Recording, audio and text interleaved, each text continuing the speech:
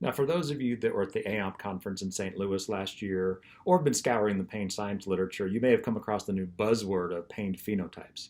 And while the term pain phenotype may sound new, it's really just a simple evolution of terminology.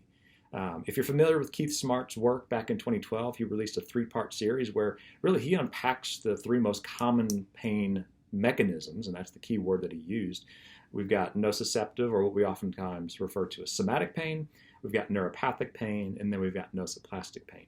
And so we've simply evolved from referring to them as pain mechanisms to pain phenotypes. And this is more than just splitting hairs. Now, surely the new terminology will drive research agendas for the next decade, but I think it's more important to acknowledge that the patients that we come in contact with are complex.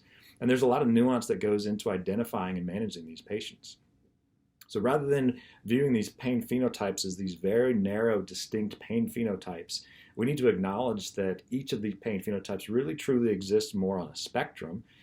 Oftentimes they do overlap and are in presentation in conjunction with one another, but we've seen this. They can evolve and they can change from day to day and week to week. In other words, you may have someone with a predominant phenotype of nociceptive pain, and the next week they have more predominant neuropathic pain.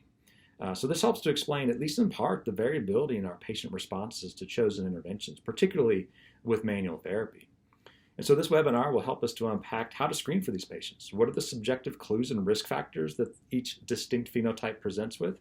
What are some of the common objective findings? And then really more importantly, why is identifying the predominant pain phenotype important? And how can it guide our chosen intervention as part of a multimodal patient-centered management plan of care?